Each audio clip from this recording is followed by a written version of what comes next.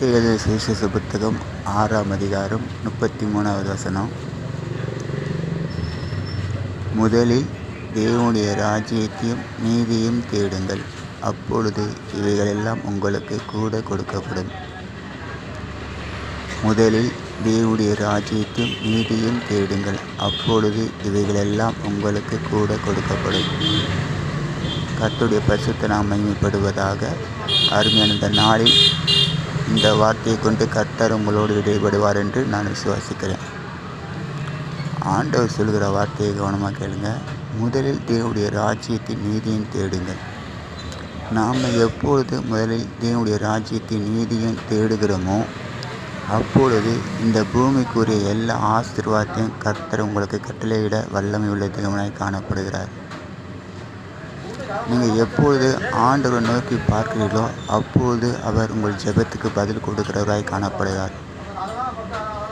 எப்பொழுது நீங்கள் ஆண்டவரோடு உங்களுடைய ஆவி ஆத்மா ஆண்டவர் நோக்கி பார்க்கிறதோ கர்த்தர் சகலத்தையும் செய்ய வல்லமையுள்ள தேவனாய் காணப்படுகிறார். நாம் எவ்வளோதான் இந்த பூமியில் பிரயாசப்பட்டாலும் நம்முடைய அறிவு திறமை, நம்முடைய கையின் திறமை எதுவாக இருந்தாலும் நீங்கள் பிரயாசப்பட்டாலும் அந்த பிரயாசத்தில் உங்களுக்கு மன மகிழ்ச்சி காணப்படாது. எவ்வளோ தான் நீங்கள் சம்பாதிச்சாலும் அதில் உங்களுக்கு மன மகிழ்ச்சி காணப்படாது. காரணம் என்னென்னா, ஆண்டவருடைய வார்த்தை சொல்லியிருக்க அழகா, முதலில் தேவனுடைய ராஜ்யத்தையும் நீதியையும் தேடுங்கள், அப்பொழுது இவைகளை எல்லாம் உங்களுக்கு கூட கொடுப்பேன்றார். அப்போது நம்முடைய சிந்தனையிலிருந்து மாத்திரமல்ல, நம்முடைய இதயத்திலிருந்து மதிக்கேடான சிந்தனை காணப்படாது. மதிக்கேடான சிந்தனை எப்படி வருதுன்னா, மனுஷனுடைய இதயத்திலிருந்து வருது. மார்க்கு 7ஆம் அதிகாரம் 21ஆம் வசனத்தில் நீங்கள் வாசித்து பார்த்தீங்கன்னா இதயத்தை குறித்து ஆண்டவர் வெளிப்படுத்தி காண்பிக்கிறார். அதனால் முதலில் தேவனுடைய ராஜ்யத்தை நீதியும் தேடுவீங்கன்னா ஆண்டவர் உங்கள் சிந்தனையை அவர் பக்கம் திருப்புவார். அப்பொழுது நீங்கள் ஞானமாக நடக்க உங்களால் முடியும். அதுதான் இன்னொரு வசனம் சொல்லுது, கர்த்தருக்கு பயப்படுது ஞானத்தின் ஆரம்பம்.